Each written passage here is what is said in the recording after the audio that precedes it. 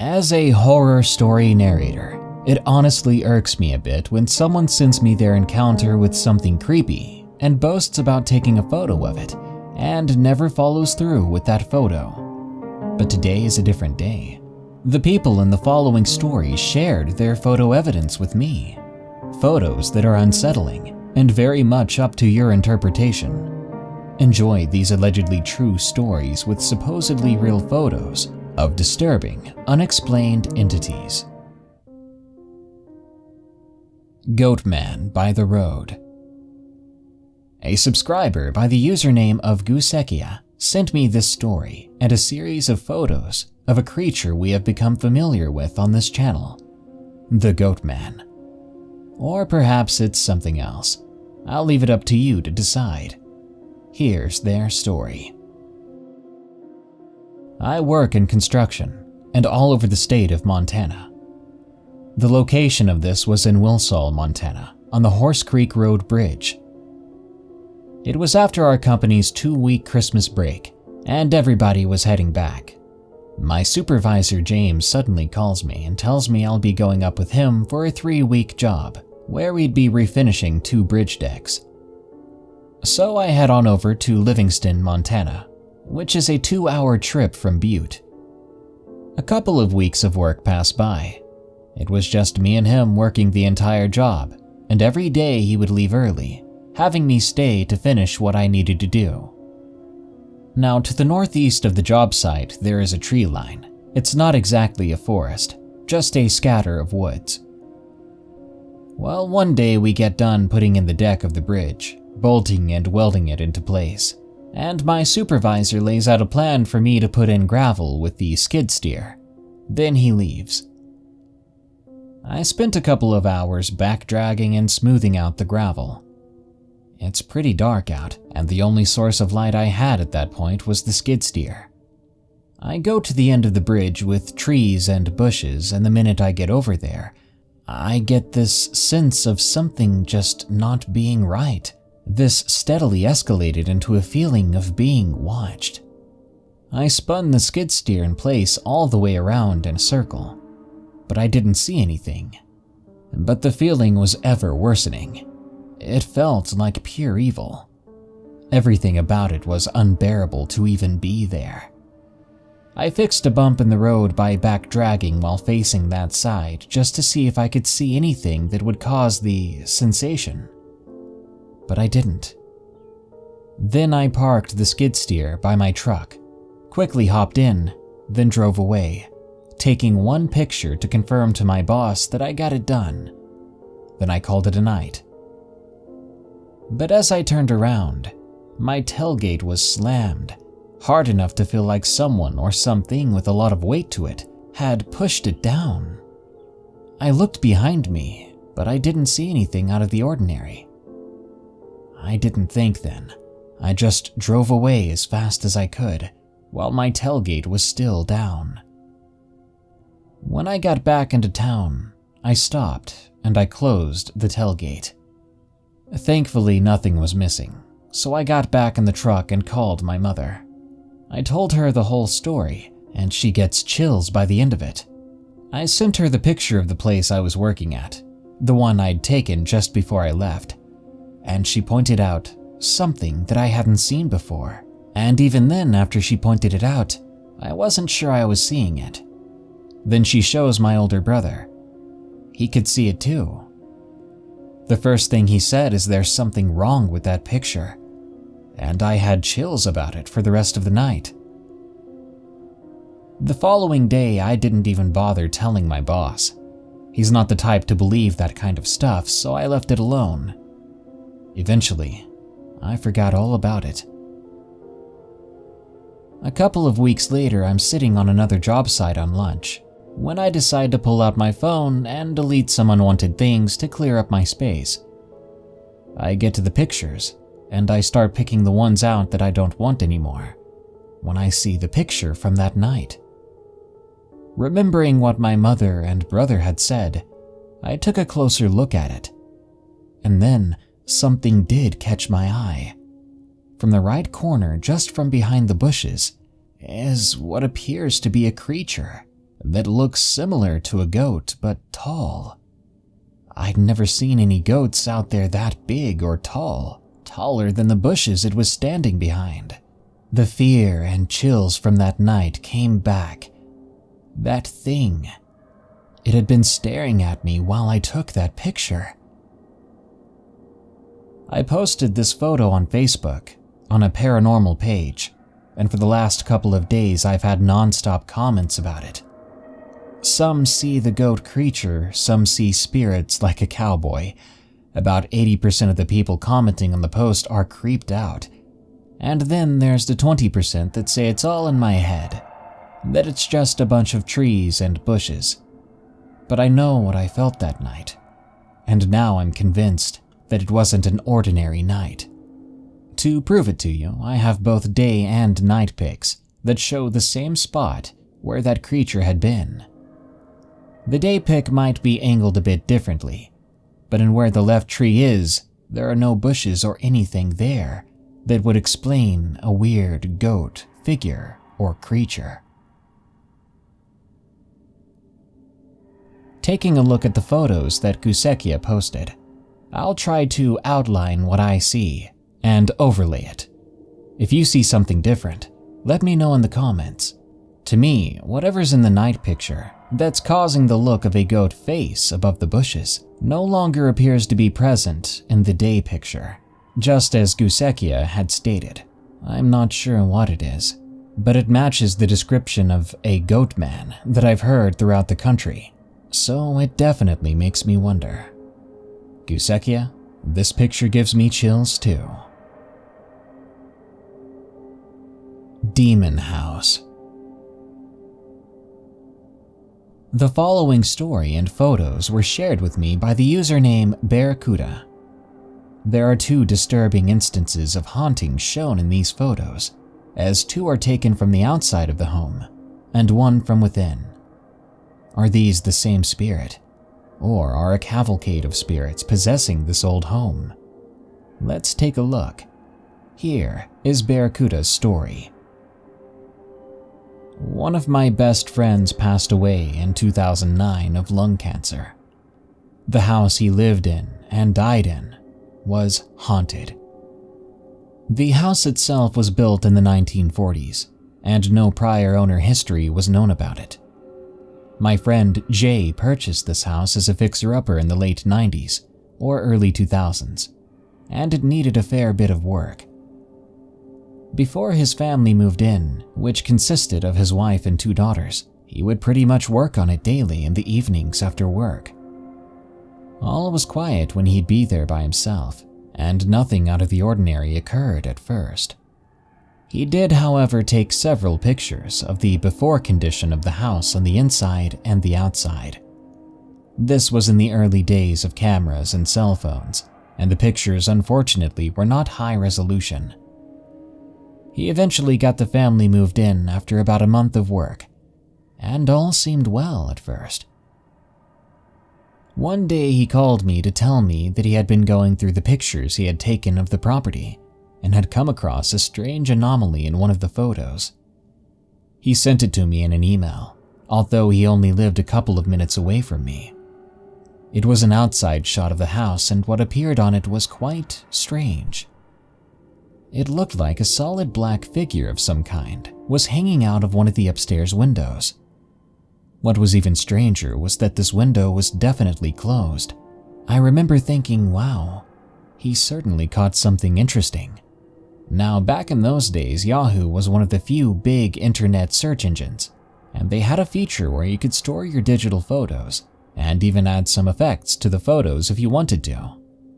I uploaded the photo into Yahoo and began running it through some of the effects filters. When I viewed it through one of these filters, which I think was called Stone, I was shocked. What before looked to be a black figure was now clearly an oversized, grinning skull face on top of a body that was posing for the camera. It had one arm bent with fist on hip, and the other arm bent with its fist over its chest. I made hard copies of these photos so that they would never be lost, and I'll try and include copies with this story. Needless to say, We were both shocked when we saw this. We immediately set out on a quest to find more paranormal evidence, and used his instant Polaroid camera to take probably 60 to 100 more photos of the inside and outside of the place. Sadly, the only thing we caught was some wispy white mist in a couple of the photos, but no more solid figures. About a month after they moved, that's when they started to experience paranormal events on a regular basis. They would hear conversations going on when no one was there, footsteps on the stairs at all hours of the night, objects would disappear and reappear in odd places, and I'm sure many other things that I've since forgotten about. One disturbing occurrence that happened on more than one occasion concerned his 2 young daughters when they would be in their shared bedroom. They claimed a disheveled old man in ragged clothes would watch them from across the street. He mostly looked like a black shadow just outside of the light of the street lamp. After a minute or two, he would suddenly fly over to a branch in the tree near their bedroom window and would watch them from his perch in the tree. The description of this man-thing is important in relation to what happened to me later. Not long after we had taken all the pictures, a crazy event happened to both of us on the same night. Now, I've had probably hundreds of sleep paralysis events happen to me over the years, and malevolent entities were involved in every single one of them. But the one that happened that night was significant. I'd been up very late doing stuff on the early internet, probably goofing off in chat rooms. Are those even still a thing? I was finally too exhausted to stay awake further and went to bed right at 2:30 a.m. I was instantly asleep, but I was awakened almost immediately. I saw a bright flash and I'd heard the sound of a camera shutter. I got the impression of a ratty old man in hobo-type clothes and Freddy Krueger-type hat ducking down into the shadows to my left. I also had the impression of a large animal of some sort on the bed with me. Being exhausted, I was very confused. I lay there for a moment and focused my vision on the only light source in the room, the faint glow of the computer screen in the next room being seen on my bedroom door. A few seconds later, there was a second flash and a shutter sound, and I instantly saw clearly what was on the bed with me. It was a dog whose body was facing away from me, but it had its head turned towards me, with its teeth fully bared. The dog looked almost exactly like the dog statue that Joey and Chandler had in the sitcom Friends. The closest breeds I can compare it to are the Afghan, Borzoi, or Saluki. I'd realized up to this point I was in sleep paralysis, but I fully woke up after this. Of course, the dog and old man were gone, but when I jumped out of bed, I walked through a cold spot in my room. I looked at the time and it was 2:45. Now, when I told Jay all of this the next day, he had some very interesting information to add to the story. He stated that he had also been on the internet very late. His computer desk was only about 5 feet from his front door, and it had been a pretty windy night. He said that he was on the computer and the only one still awake. He kept hearing what sounded like 2 paper towel dowels hitting against each other.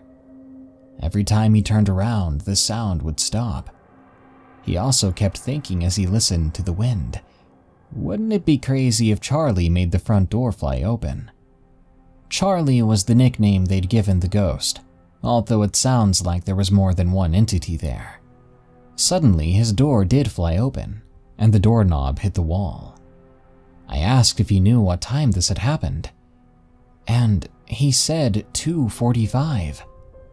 His entity, demon, whatever you want to call it, it was sick of us trying to photograph it, so it had come to my house to harass me, and then returned from whence it came.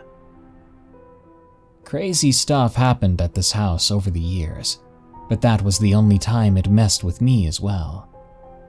Later on, he got a crazy picture of some sort of demon clown head thing sitting on his dresser, of which I also have the picture, and I'll try and send it.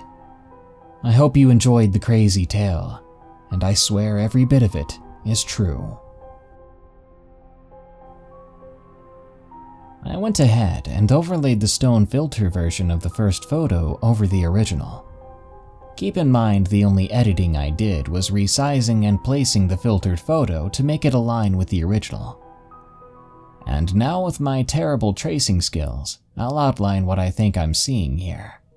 Considering the size and proportions of the entity, it's easy to say that seeing something like this in your home would be pure nightmare fuel. Rupert. Now, this last story and photograph leave much more up to the imagination.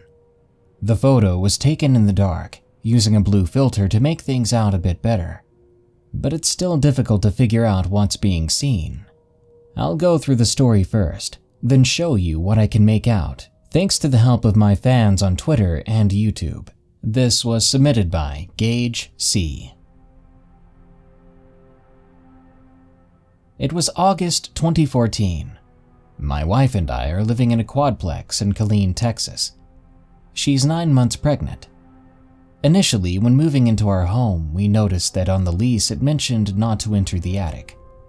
Inquisitive as human beings are, I insisted that I did. It was just forbidden to enter because I would have access to my neighbor's apartment through the attic. Not a week after entering the attic, our room began to get very cold.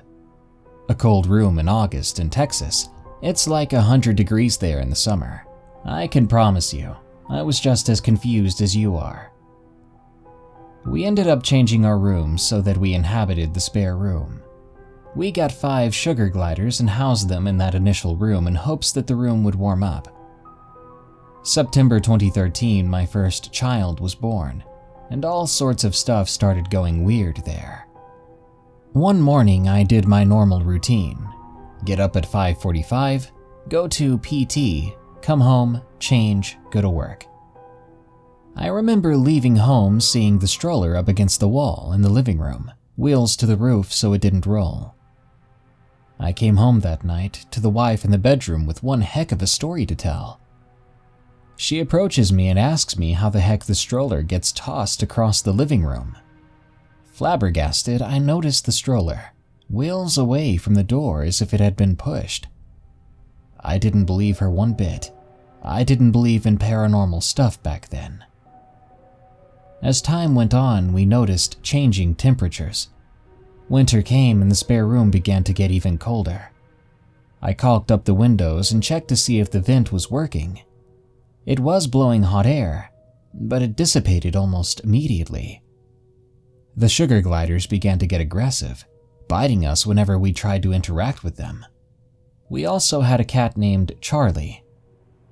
One specific night was a precursor to the second most terrifying night of my life. We laid my son to sleep, but something was bugging him, irritating him to the point that he was red in the face from crying. We attempted everything we knew as young new parents to soothe the poor baby. I left the house to get him a glowworm. I got home and it worked, but the fresh batteries died unusually fast. Charlie came into the room when we shooed him out and worries that he was allergic. As he left, he went into the kitchen as normal. Soon I heard a thunderous bang, like someone stomping or jumping around. The cat screamed and hissed and hauled it right into the room onto the windowsill, back hunched, hair standing straight up and still hissing. I don't think we slept a wink that night. The next night was eerily similar. My son was still irritated, so on my way home I bought batteries. I remember sitting on the couch using my Gerber tool to replace the batteries in the glowworm toy. As I attempted to re-enter the bedroom through a T-shaped hallway, I noticed my wife to my right, towards the trap door, facing the animal room. I still remember every feature of her to this day. She was wearing a yellow and gray horizontally striped shirt, blue jeans with long flowing blonde hair. I reached out to her, and my wife screamed, behind me, like she'd seen a ghost. I jumped back looking at her, Then I looked back to what I thought was my wife, and nothing was there. My wife told me she had seen a slight haze and me trying to touch it. We moved about a month later. It's now 2014.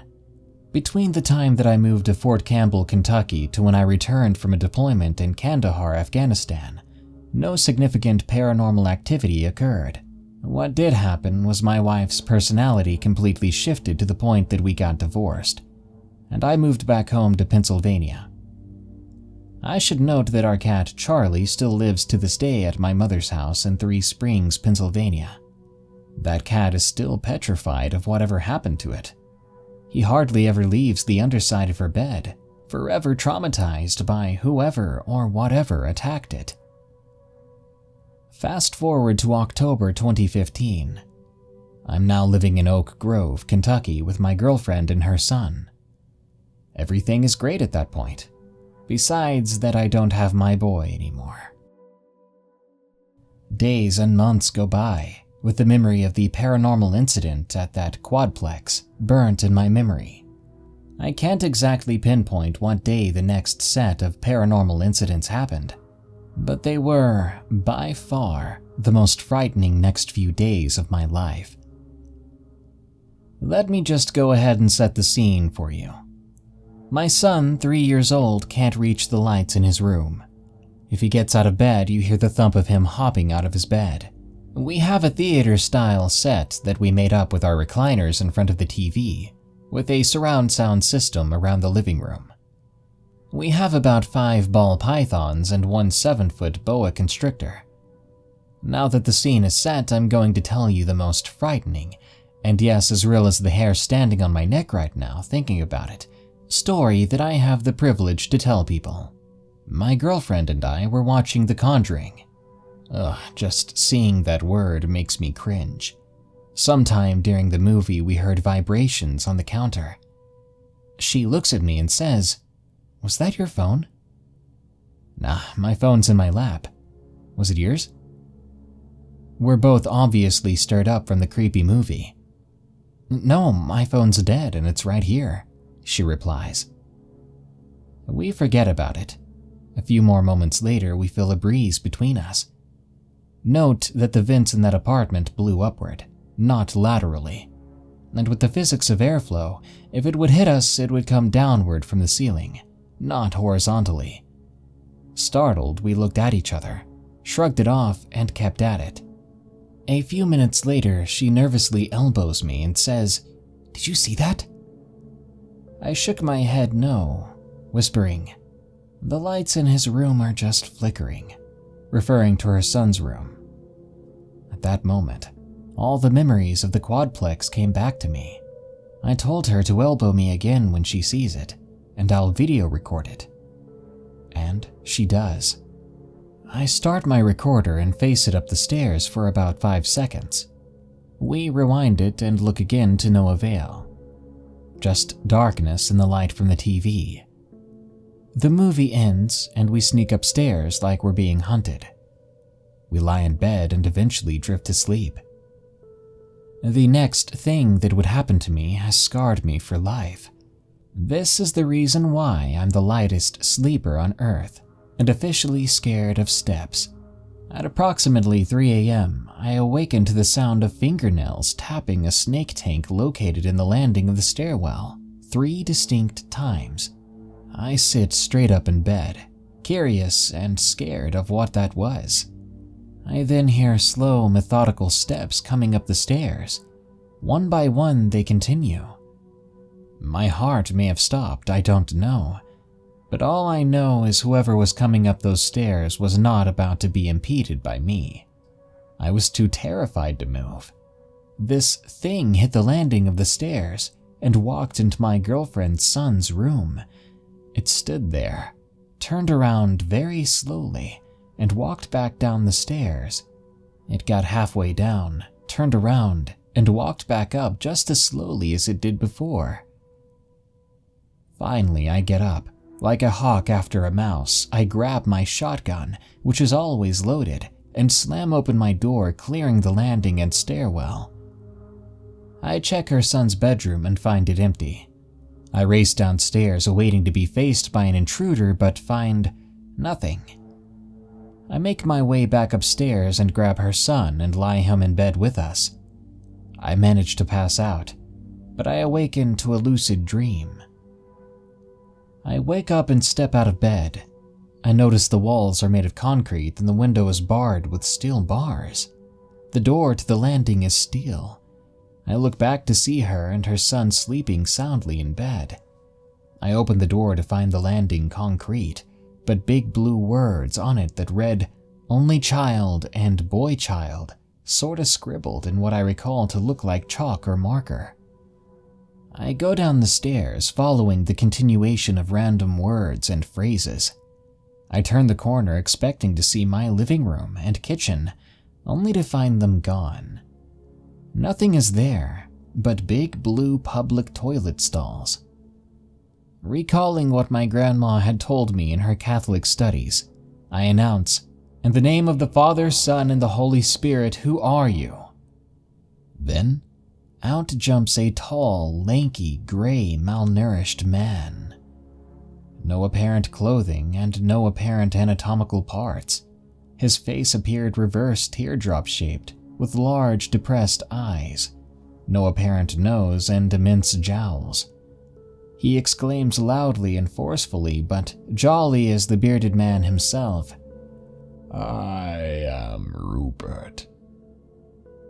I awake in my room, cold sweat and trembling. 6 times I had the exact same dream, and the details will never leave my mind. The next morning, I head out to work. Excited and still shaken up, I show my coworkers the video, but they're not impressed. I give it to one of my nerd friends, who does his work. Frighteningly, he uncovers something that has changed this from a story to enchant and scare people, to a non-fictional nightmarish encounter with a poltergeist. I'll upload this image for you to see. Every time I show someone, they find an additional image. This image is of my stairwell going up into the 2nd floor. Unfortunately, I accidentally deleted the video, but I'm still trying to learn how to use the cloud to recover it. The image is a still frame capture of a man, eerily exactly as it was in my dream, peering creeperishly around the corner. Eyes wide, mouth gaping, 4 fingers can be identified. The picture is in a blue filter, which helps identify shadows in dark and shadowy environments. The video captured it sitting on the stairs, which appears as a white blob, spins and sprints up the stairs within 3 to 5 frames, then peeks his head out at the top of the stairs and drops to the middle, then runs back up the stairs. If there's any way I can post that here, let me know. I'd love to share that. But buckle up, it's not over yet. I return home from work to a family hoarding themselves in the living room with bedding and all the necessities to camp there forever. We make our day enjoyable and ignore the quite unignorable footsteps upstairs. Yeah, your boy Rupert was quite active. I remember leaving late in the day to go to a pet store just to get away from the house. I'm not one to leave doors open, blinds up, and lights on, just keep note of that. We leave and have a decent time until sleep began to call my name. As we pull into the driveway, my girlfriend at the time screams and grabs the steering wheel, gasping, saying, "Look, in our bedroom." I remember quite vividly seeing our bedroom door opened, light in the hallway on, blind open, and a tall, black, shadowy man pacing in the hallway. I don't know what to do at this time. Daddy's gotta sleep, so we went into the house. Once I shut off the lights in the car, the shadow stopped in the landing, turned, and walked into her son's room. I'm telling you, if you think you know how it is to be terrified of your own home, you aren't close to feeling how I felt that night. The next day was just as the last, except when we left for the pet store, we left the blinds open, the door open, and the lights on. We backed out of the lot and stopped at the street to see what would happen. Surely enough, we noticed a slight black mist at the roof and someone walk out, starting to pace. We spent our time at the pet store, and eventually came home to camp on the couch again. Time passed. We broke up due to another weird change in personality, and we went our own ways. The date is June 2019. I'm remarried to my lovely wife and now a stepdad to 2 baby girls. At this time, we had my son over and the girls were at their dad's. I can't really remember clearly enough what events happened prior to my most recent visit with Rupert to confidently spell out the situation in order to keep my credibility, but this is what happened. I remember putting my boy to bed, and me and the wife are getting ready ourselves. All of a sudden, we hear footsteps coming up the stairs, again slowly shuffling methodically up the stairs. In the back of my head, and then jokingly to my wife, I say, "Here comes Rupert." I call out to my son, telling him to get back to bed. There's no response as the steps get to the landing. I call out again, asking if it's my son. The footsteps get closer. Rupert gets to the door. I call my son's name once more, nervously and quiet. I'm quite scared then, to be honest. The door cracks open, I jump, and my wife screams. We check on my son, who's sound asleep in his bed. While this is going on, I remember knocking coming from my son's room. His appearance when we checked on him was unsettling. He was kind of contorted to an unnaturally inhuman position. Honestly, I didn't remember that part until I read this to my wife. Still the same lady in the previous events who mentioned the smacking on the walls and really creepy sleeping position during the time Rupert entered our room. Finally, we're at the end, and I really hope that my story can end up reaching someone who can help me either identify what's going on or to inspire those wanting to explain their terrifying ordeals with us. For now, I'll upload that picture to enhance the reality of my story and to bring an image to your eyes of what I experienced with the paranormal world. Thank you. Here is the image presented by Gaige. As you can see, it's extremely difficult to even make out the angle or perspective of the photo. So I reached out to my fans on Twitter and YouTube to see if I could get some help as to identifying what Gaige saw in this photo. A user on Twitter by the handle @konoganekume then posted this edit of the picture in reply. It was only then that I realized that the perspective was the side of the stairs at a bit of an odd angle.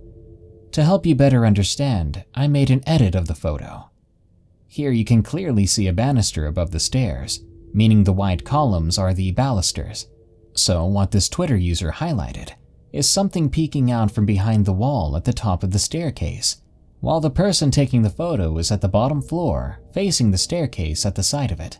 Then again, I can personally find a number of different faces in this photo, thanks to pareidolia, which is the scientific term for the brain's ability to find faces and patterns where there may not even be one. I'll leave it up to you to decide what you see here or what you don't. So, did you enjoy these stories? Which photo and story do you find the most believable? Which picture gave you the biggest chills?